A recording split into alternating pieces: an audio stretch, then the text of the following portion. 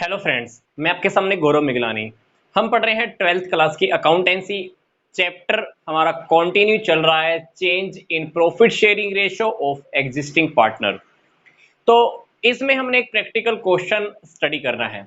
Statement आपके सामने screen पर आपको दिखाई दे रही होगी और यही क्वेश्चन सेम मैंने अपने मोबाइल के अंदर भी होल्ड किया हुआ है ताकि मुझे इस इक्वेशन को देखने में थोड़ा इजी रहे। तो इस क्वेश्चन में जैसा कि आप देख पा रहे हो कि तीन पार्टनर है हमारे पास, partner A B C, 3:3 ratio है।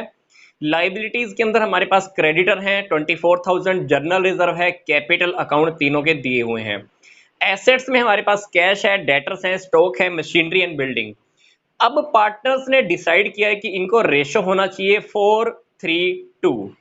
स्टॉक अब इन्होंने काउंट किया है तो इनको पता चला है कि स्टॉक है 1,10,000 का। मशीनरी के ऊपर 10% डेप्रिसिएशन लगाना है, डेटर्स के ऊपर 5% प्रोविजन बनाना है, बिल्डिंग की वैल्यू 20% इंक्रीज हो जाएगी। क्रेडिटर्स जो आपको लाइबिलिटी साइड में दिया हुआ है, इस 24,000 के क्रेडिटर्स में से हमको 2,500 के क्रेडिटर्स की पेमेंट्स नहीं करनी है, मतलब हमारे लिए एक बेनिफिट हो गया है। जर्नल रिजर्व के बारे में पार्टनर्स कह रहे हैं कि हम डिस्ट्रीब्यूट नहीं करना चाहते। हालांकि पीछे वाले क्वेश्चंस के अंदर हम क्या करते आ रहे हैं, जर्नल रिजर्व को हम डिस्ट्रीब्यूट कर लेते हैं, पर इस क्वेश्चन में क्लियर बात बोल रहे हैं कि जर्नल रिजर्व को डिस्ट्रीब्यूट नहीं करना है। क्योंकि अगर डिस्ट्रीब्यूट अगर हम करते हैं तो कहां आ जाता है, पार्टनर्स के कैपिटल अकाउंट में पुराने रेशो में डिवाइड हो जाता है। पर इस क्वेश्चन के अकॉर्डिंग हमको जर्नल रिजर्व को डिवाइड ही नहीं करना है। फिर कहता है कि revised value of the asset and liabilities हमको शो करनी है। मतलब इस क्वेश्चन के अंदर हमको जो बैलेंस शीट बनानी है, उस बैलेंस शीट के अंदर हमको एसेट और लाइबिलिटीज की वैल्यू चेंज होने के बाद, फॉर एग्जांपल जैसे स्टॉक की वैल्यू 1,10,000 आ चुकी है, जबकि आप बैलेंस शीट में देख रहे हो कि स्टॉक कितना है, 1,20,000 का है। तो स्टॉक अब हमको नए वैल्यू पे दिखाना होगा, वो 1,10,000 पे अपने को दिखाना है। मशीनरी डेप्रिसिएशन लगाने के बाद दिखानी है, डेटर्स के ऊपर प्रोविजन लगाने के बाद दिखाना है। मतलब अपनी जो नई बैलेंस शीट बनने वाली है वो बैलेंस शीट सारे चेंजेस होने के बाद ही हमको शो कराना है। तो इस क्वेश्चन के अंदर आपको जैसा कि स्टेटमेंट में दिखाई दे रहा है, हमको क्या रेडी करना है, जर्नल एंट्रीज करनी है कैपिटल अकाउंट पार्टनर्स के, और अपने को बैलेंस शीट फिर से बनाकर दिखानी है वैल्यूज चेंज करने के बाद। तो सबसे पहले आप क्वेश्चन में क्या करते हैं, सबसे पहले हम ओल्ड रेशो और न्यू रेशो में से माइनस करके सेक्रीफाइस रेशो फाइंड आउट कर लेते हैं। जब आप सेक्रीफाइस रेशो फाइंड आउट करोगे तो आपको पता चलेगा कि ए को 5 बिलो 72 पार्ट का क्या हुआ है, गेन हुआ है। बी ने सेक्रीफाइस किया है, सी ने भी सेक्रीफाइस किया है। आप नोटबुक पे एक बार सेक्रीफाइस रेशो निकाल कर देख लीजिएगा तो आपको पता लगेगा कि ए को गेन हुआ है कितना, 5 बिलो 72। बी ने सेक्रीफाइस किया है 3 बिलो 72। सी ने भी सेक्रीफाइस किया है 2 बिलो 72 का सेक्रीफाइस किया है। तो मैंने सेक्रीफाइस रेशो पहले से क्वेश्चन में निकाल के छोड़ा हुआ है, क्योंकि हमको वीडियो बहुत जल्दी से ही कवर करना होता है और आपका टॉपिक बहुत जल्दी से ही आपको समझ में आ सके। क्योंकि ये सेक्रीफाइस रेशो निकालना हम पीछे वाली वीडियोस में काफी बार सीख चुके हैं, तो this is not a big issue. तो सेक्रीफाइस रेशो आप निकाल लीजिएगा। तो अब हम चलते हैं सीधा क्वेश्चन में पहले जर्नल एंट्रीज की ओर। तो जर्नल एंट्रीज की अगर हम अंदर देखें तो हमको सबसे पहले जर्नल एंट्री कर लेनी चाहिए स्टॉक की, मशीनरी की, डेटर्स के ऊपर प्रोविजन की, बिल्डिंग की, और क्रेडिटर्स को जो हमने 2,500 पे नहीं करने हैं, ये सारी की सारी जर्नल एंट्रीज हम कर लेते हैं। इस जर्नल एंट्री में अगर हम देखें, स्टॉक की वजह से हमको 10,000 का नुकसान हो रहा है, मशीनरी की वजह से भी 10% का लॉस हो रहा है, डेटर्स के ऊपर भी 5% का लॉस हो रहा है ना। तो ये तीनों की तीनों लॉस अगर हम रिवैल्यूएशन अकाउंट में लिखते, मान लो हमारे पास रिवैल्यूएशन अकाउंट होता, तो हम ये तीनों के तीनों लॉस हम कहां पे शो कराते हैं, डेबिट में। तो अल्टीमेटली हमको रिवैल्यूएशन अकाउंट को इन तीनों आइटम्स के साथ क्या करना होता, डेबिट करना होता। तो हम इन तीनों आइटम्स की, स्टॉक की, मशीनरी की और डेटर्स के ऊपर प्रोविजन की, ये तीनों की तीनों एंट्रीज एक साथ हम रिवैल्यूएशन अकाउंट को डेबिट करके ही एडजस्ट कर देते हैं। तो हम क्या करेंगे, रिवैल्यूएशन अकाउंट डेबिट, ठीक है, टू स्टॉक। स्टॉक अभी 1,10,000 का है, पहले कितना था, 1,20,000 का, तो अल्टीमेटली स्टॉक पे अपने को 10,000 की कमी आ गई है। टू मशीनरी कितना, 10%। मशीनरी है 1,59,000, तो अपने को 10% के अकॉर्डिंग 15,900 का डेप्रिसिएशन लग जाएगा। To provision on debtors, debtors के ऊपर अपने को 5% का प्रोविजन लगाना है। डेटर्स देख लीजिए, डेटर्स कितने हैं, 44,000 के हैं। तो 44,000 का आप 5% जब आप काउंट करोगे तो आप काउंट करके देख लेना, 44,000 इंटू 5%, तो ये अपना आ जाएगा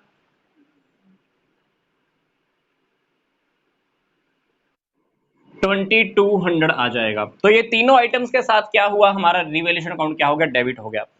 अब हमारे पास क्या है, बिल्डिंग की वैल्यू हमने 20% इंक्रीज करनी है, हमारे लिए बेनिफिट है। क्रेडिटर हमको 2500 पे नहीं करनी है। तो ये बिल्डिंग वाली बात और क्रेडिटर को ना पे करने वाली बात, दोनों बात हमारे लिए क्या है, बेनिफिट है। बेनिफिट रिवैल्यूएशन अकाउंट में हम कहां लिखते हैं, क्रेडिट साइड में। तो इन दोनों आइटम्स के साथ हम रिवैल्यूएशन अकाउंट को क्या कर देते हैं, क्रेडिट कर देते हैं। तो यहाँ पे एक बार तीनों आइटम का टोटल भी देख लीजिएगा, ये टोटल आएगा 21,100, 28,100, ठीक है। तो मैं बिल्डिंग और क्रेडिटर्स की बात कर रहा था। Building account debit, creditors account debit to, कितना, कहां पे लिखना है, रिवैल्यूएशन अकाउंट। बिल्डिंग कितने की इंक्रीज हो रही है, 20%, तो क्रेडिटर 2500। तो अल्टीमेटली हमारे पास रिवैल्यूएशन की क्रेडिट साइड में 42,500 का हमारे पास क्या आ गया, प्रॉफिट आ गया, ठीक है। तो यहां पे हमारी स्टॉक की एडजस्टमेंट हो गई, मशीनरी की हो गई, डेटर्स के ऊपर प्रोविजन की हो गई, बिल्डिंग की होगी, क्रेडिटर्स की हो गई, ठीक है। अब सिंपल सी बात देखा जाए तो रिवैल्यूएशन अकाउंट को लेकर हमारी कोई भी जर्नल एंट्री नहीं है। हम क्या कर सकते हैं, रिवैल्यूएशन अकाउंट का बेनिफिट या लॉस जो भी होगा पार्टनर्स में डिवाइड कर सकते हैं। तो रिवैल्यूएशन अकाउंट की क्रेडिट पे देखो कितना जा चुका है, 42,500 आपके पास जा चुका है। और इधर से अगर हम देखें तो यहाँ पे हमारे पास लॉस कितना जा चुका है, 28,100 आपके पास जा चुका है। तब अगर आप इसमें से 42,500 में से 28,100 जब आप लेस करके देखोगे तो हमारे पास क्रेडिट साइड का टोटल तो है ये, रिवैल्यूएशन अकाउंट के डेबिट साइड का टोटल है ये। अल्टीमेटली क्या हमारे पास प्रॉफिट आने वाला है, कितना, 14,400। ये पार्टनर्स में आप ओल्ड रेशो में डिवाइड कर दोगे, कितने में जाएगा, 332 के अंदर। तो ये प्रॉफिट को अपने क्या करना है, तीनों पार्टनर्स में डिवाइड कर देना है। तो रिवैल्यूएशन अकाउंट डेबिट, कितना प्रॉफिट डिवाइड करना है, ए की कैपिटल में कितना जाएगा, बी की कैपिटल में कितना जाएगा और सी की कैपिटल में कितना जाने वाला है। जब आप 14,400 को तीनों पार्टनर से जब आप डिवाइड करोगे तो डिवाइड करने से हमको पता चलेगा कि इसके हिस्से में आएगा 5,400, इसके हिस्से में भी आएगा 5,400 और तीसरे पार्टनर के हिस्से में आएगा 3,600। तो हमारा क्या हुआ, यहां तक रिवैल्यूएशन अकाउंट भी क्या हुआ, कंप्लीट हो चुका। रिवैल्यूएशन अकाउंट को लेकर हमारी एडजस्टमेंट यहां पे कंप्लीट हो चुकी हैं। तो पहले हमने क्या किया, रिवैल्यूएशन अकाउंट के अंदर लॉस डाला, प्रॉफिट डाला, प्रॉफिट और लॉस को कंपैरिजन कराया तो हमारे पास प्रॉफिट आया। रिवैल्यूएशन अकाउंट का जो प्रॉफिट आया वो पहले भी हम क्या करते हैं, पार्टनर्स में डिवाइड कर देते हैं। यहां पे हमने पार्टनर्स में डिवाइड कर दिया ओल्ड रेशो के अंदर। एक आइटम और, अभी जर्नल रिजर्व हमारे पास है 36,000 रुपीज। पार्टनर्स ने बोला है कि हम इसको डिवाइड नहीं करना चाहते हैं। स्टेटमेंट के लास्ट में देखिए थर्ड लास्ट लाइन क्या लिखी हुई है, journal reserve don't want to distribute, हम नहीं डिवाइड करना चाहते। तो कोई नहीं, इसके ऊपर हमको एक क्या करना है, प्रोपोर्शनेट एंट्री करनी है। पार्टनर्स क्या करेंगे, जिस पार्टनर को गेन हुआ है वो एक प्रोपोर्शनेट अमाउंट के अंदर लेकर आएगा, अमाउंट लेकर आएगा प्रोपोर्शनेट, जनरल रिजर्व के प्रोपोर्शनेट में अमाउंट लेकर आएगा। किसको पे करेगा, सेक्रीफाइस करने वाले को। तो जी कौन लेकर आएगा, ए लेकर आएगा। किसको पे करेगा, बी और सी को। तो आप 36,000 का ए कितना लेकर आएगा, 5 बिलो 72। तो अल्टीमेटली अब 36,000 को आप एक बार काट कर पूरा कटिंग करके देख लीजिएगा तो आपको पता चलेगा कि ए लेकर आएगा 2500। ठीक है। तो एक कैपिटल अपने को क्या करनी है, डेबिट करनी है। कितने से डेबिट करनी है, 2500 to B's capital to C's capital. B को कितना मिलेगा, एसी का आप काट के देख लीजिएगा, 1500 और ये 1000। ठीक है। तो अपनी यहां तक क्या हुआ, हमारा यहां तक जर्नल एंट्रीज तो कंप्लीट हो चुकी हैं और हमने क्या किया, रीवैल्यूएशन अकाउंट का प्रॉफिट भी निकाल लिया। प्रॉफिट तीनों पार्टनर्स में हमने डिवाइड भी कर दिया। प्रॉफिट कितना था, 14,400 का, ये हमने तीनों पार्टनर्स में डिवाइड कर दिया। जर्नल एंट्रीज हमारी कंप्लीट हो चुकी है। अब हमको क्या करना है, पार्टनर्स का मान लो कैपिटल अकाउंट बनाना है। तो लाइबिलिटी साइड में देखिए, कैपिटल हमारे पास पहले से रखी हुई है 2 लाख, एक 1.5 लाख और 1.5 लाख। तो तीनों का बैलेंस बीडी है। तो यहाँ पे हम क्या करेंगे, बैलेंस बीडी से स्टार्ट करेंगे। बाय बैलेंस बीडी कितना कितना, 2 लाख, 1.5 लाख और 1.5 लाख।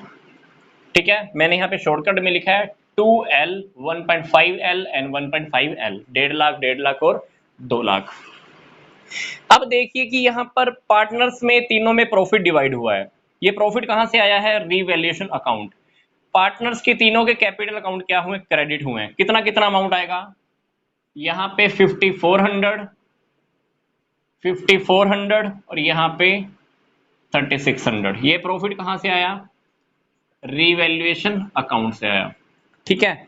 इस एंट्री की वजह से देखिए, बी का कैपिटल अकाउंट क्रेडिट हुआ है, सी का कैपिटल अकाउंट भी क्रेडिट हुआ है। बी का कितना क्रेडिट हुआ है, 1500 से। सी का कितना क्रेडिट हुआ है, 1000 से। ये कहां से आए हैं, ए की कैपिटल में से आए हैं। क्योंकि जर्नल रिजर्व की जो हमने एडजस्टमेंट की है 36,000 वाली के ऊपर, प्रोपोर्शनेट अमाउंट ए कितना लेकर आएगा, 2500। इसमें से बी को कितना पे करेगा, 1500 रुपए। सी को कितना पे करेगा, 1000 रुपीज। तो अल्टीमेटली ये 1500 और 1000 रुपीज कहां से आए, ए की कैपिटल में से आए हैं। तो अल्टीमेटली 2500 रुपए देखा जाए तो ए की कैपिटल में से कम भी हुए हैं। किस वजह से कम हुए हैं, बी की कैपिटल में गए हैं। कितने गए हैं, 1500 टू सीज कैपिटल। सी की कैपिटल में कितने गए हैं, 1000 रुपीज। ठीक है। इसके अलावा और देखिए हमारे पास क्या, कैपिटल अकाउंट की कोई और एडजस्टमेंट है, नहीं है। तो हम क्या करेंगे, क्रेडिट साइड का टोटल लगा के आप एक बार देख लेना। जब आप क्रेडिट साइड का टोटल लगा के देखोगे तो ए के क्रेडिट में से ए का डेबिट आप लेस कर देना। मतलब ए के क्रेडिट में कितना है, 2 लाख प्लस 5400। इस क्रेडिट के टोटल में से डेबिट का टोटल आप लेस कर देना। तो हमारे पास तीनों पार्टनर्स का ऐसे ही करके बैलेंस सीडी आ जाएगा। जब आप ए का क्रेडिट में से डेबिट बैलेंस लेस कर दोगे तो हमारे पास आने वाला है 2,02,900 रुपए। इसी तरह से जब आप बी के क्रेडिट में से बी का डेबिट बैलेंस, बी का डेबिट बैलेंस रियलिटी में क्या है, कुछ भी नहीं है, जीरो है हमारे पास। तो आप वैसे भी चेक करके देख लो, 1.5 लाख प्लस 5400 प्लस 1500 रुपए। तो अल्टीमेटली ये अगर आप चेक करके देखोगे तो बी का क्रेडिट बचेगा 1,56,900 रुपए। इसी तरह से आप क्या करना, सी का निकाल के देख लेना।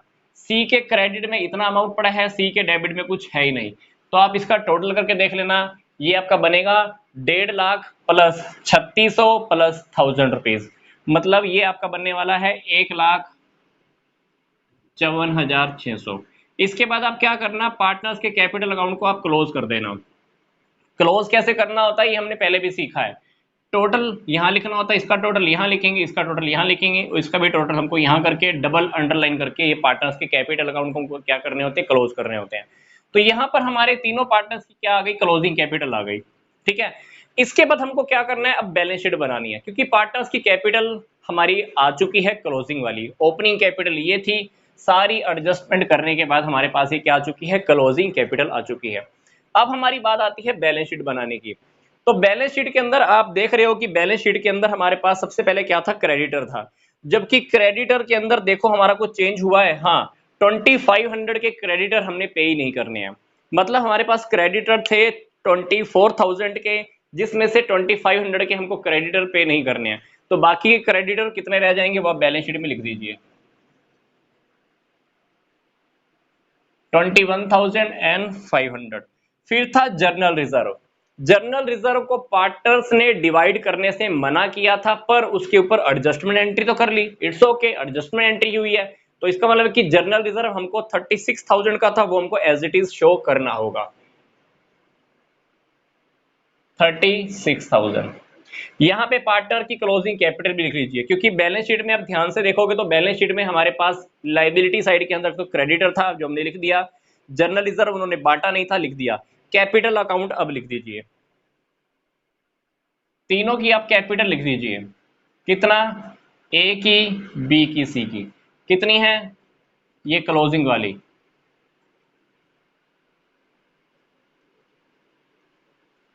सी की लिख दिया। अब एसेट साइड में आ जाइए। एसेट साइड में हमारे पास कैश था, कैश है या बैंक है जो भी है आप लिख दीजिए।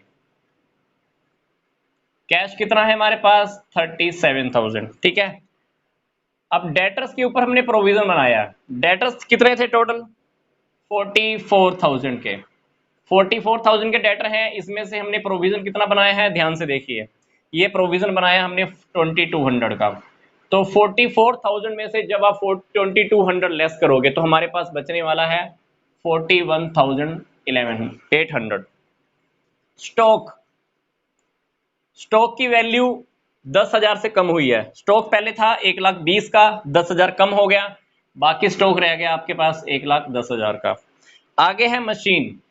मशीन के ऊपर आपने डेप्रिसिएशन लगाया है, कितना? 10%, है ना। मशीन 15,900 रुपए से कम हो गई है, टोटल थी 1,59,000 रुपए की। आप 15,900 रुपए जब माइनस करोगे तो आपकी मशीन रह जाएगी 1,43,100 रुपए। फिर है बिल्डिंग। बिल्डिंग की वैल्यू एडजस्टमेंट में देखिए, हमारी बिल्डिंग की वैल्यू 20% क्या हो गई है? बढ़ गई है। तो बिल्डिंग थी हमारे पास बुक्स के अंदर 2 लाख की, 20% आपकी इंक्रीज हो गई तो 2 लाख 40,000 हमारी ऐड होकर क्या हो जाएगी? 2 लाख पहले थी, 40,000 आप प्लस कर देना, तो बिल्डिंग हो गई हमारी 2,40,000 की।